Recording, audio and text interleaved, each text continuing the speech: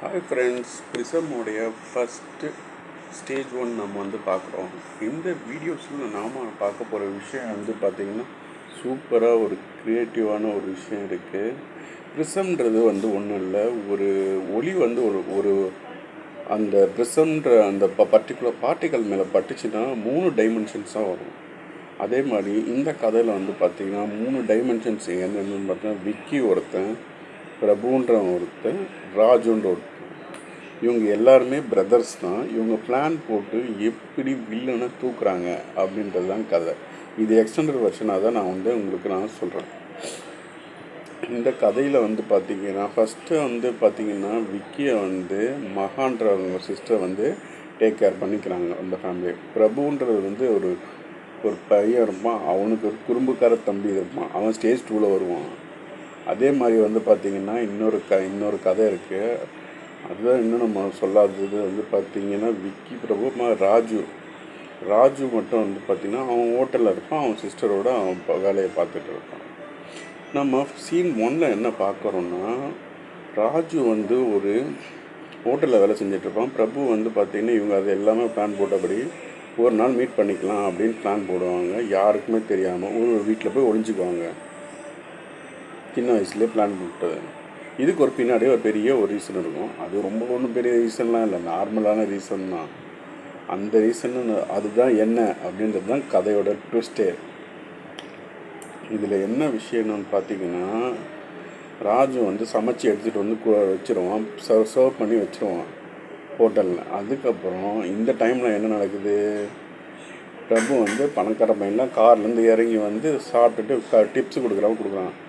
இல்லைங்க ஐயா, எனக்கு வந்து போதுமான அளவுக்கு காசு தராங்க இந்த கடையில், எனக்கு சேலரியே கரெக்டாக இருக்குது, நீங்கள் சொன்ன வச்ச டிப்ஸ் ரொம்ப நல்லா தான் இருக்குது அப்படின்னு சொல்லிவிட்டு திருப்பி அவர்கிட்ட கொடுத்துறான். பிரபு வந்து அந்த பக்கம் உட்காந்து சைடில் உட்காந்து தெரிஞ்சுன்னு தெரியாத மாதிரி உட்காந்து சாப்பிட்டுட்டு அவனும் கிளம்பி போயிடுவான். சாரி, பிரபு இல்லை, விக்கி. இப்போ இவங்களோட ஃபேமிலி பேக்ரவுண்ட்ஸை வந்து நம்ம பார்க்க போகிறோம். ராஜு வந்து பார்த்திங்கன்னா ஒரு லோ கிளாஸான ஒரு குடிசை இருக்க ஏரியாவில் இருக்கும். அவனுக்கு ஒரு சிஸ்டர் ஒன்று இருக்கும். அதே மாதிரி விக்கி வந்து பார்த்திங்கன்னா அவனும் கொஞ்சம் ஒரு மிடில் கிளாஸ் ஃபேமிலி. அவன் ஒரு ஃபேமிலியோட மகானும் ஒரு சிஸ்டர் கூட இருப்பான். பிரபுன்ற ஒரு குறும்புக்கார தம்பி இப்போ விக்ரம்னு ஒரு இருப்பான். அவன் 7th ஸ்டாண்டர்ட் படிப்பான். அது அவனை பற்றி பார்ப்பான். அவன் தனி ஒரு சாப்டரு. இப்படி இருக்கிற கதையில் இவங்கெல்லாம் சேர்ந்து ஒரு நாள் வந்து இவங்களுக்குன்னு ஒரு தனித்தனி திறமைகள் இருக்கும். பிரபுன்றவன் ராஜுன்றவன் வந்து நல்லா பிரியாணி செய்வான். அவன் பிரியாணி செஞ்சு அதுக்கு ஃபேமஸ்ஸு எதுவுமே கிடையாது. அந்த வட்டாரத்தில் அந்த சின்ன வயசில் போய் கடையில் போய் உட்காந்து தொழிலை கற்றுக்கிட்டு பிரியாணி கிண்டி நல்லா கிண்டி பெரிய பையனாகிடுவான்.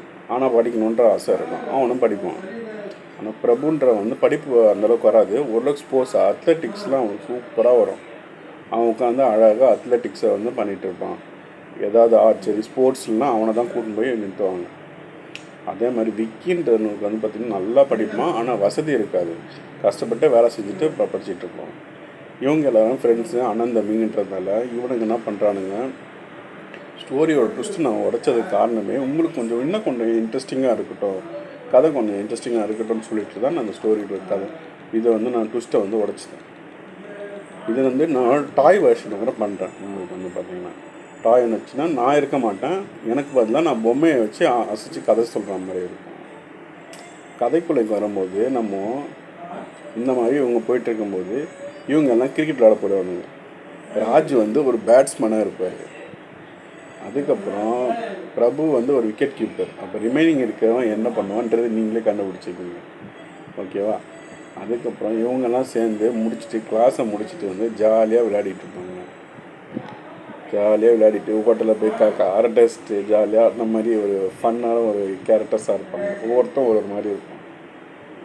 அதுக்கப்புறம் இவங்கெல்லாம் முடிச்சுட்டு இந்த ஃபஸ்ட்டு ஸ்டேஜ் வந்து இதோட வந்து முடிக்குது. அதே மாதிரி வந்து ராஜு வந்து முடிக்கிறப்போ ஒரு ட்விஸ்ட், ராஜு வந்து படிச்சுட்ருக்கோம், 6 months கோர்ஸ் மாதிரி எதாவது படித்து முடிச்சிட்டோம். ஆனால் அவன் வேலை செஞ்சுட்டே இருப்பான். படிக்கணுன்ற வசதி வாய்ப்பு இல்லாததுனால அவன் வந்து இருக்கான் ஒரு காரணத்துக்காக. ஆனால் மற்றபடி இவங்க எல்லாமே அதே மாதிரி ஈவினிங் ஆனால் கரெக்டாக 6 மணி ஆனால் டியூஷன் போகிறோம் போயிட்டு வருவானுங்க. இவனுங்கெல்லாம் போயிட்டு வரும்போது அதுக்கப்புறம் என்ன நடக்குது, அதே மாதிரி ஒரு மூங்கில் வீடு இருக்குது. இவனுங்கெல்லாம் சின்ன வயசுலேருந்தே சின்னதாக காசு செஞ்சுட்டு அங்கங்கே வேலை பார்த்துக்கிட்டு ஒரு மூங்கில் வீடு இருக்குது. அந்த வீட்டு மேலே உட்காந்து கட்டி குல்ஃபி ஐஸ் சாப்பிட்டுன்னு அது மாதிரி இருந்துட்டு கொஞ்சம் ஜாலியாக போயிட்டுருக்காங்க. இப்படி போகிற கதையில் நமக்கு வந்து ஸ்டேஜ் ஒன்று வந்து க்ளோஸ் பண்ணிடுறோம். ஒரு இன்ட்ரெஸ்டிங்கான ஃபேக்டர் வந்து வரும் உங்களுக்கு. இன்னும் கொஞ்ச நாள் நேரம் கிடைக்கிறப்ப நான் உங்களுக்கு வந்து போகிறேன். இதுலேருந்து உங்களுக்கு விடைபெறுவது சரண். பாய்.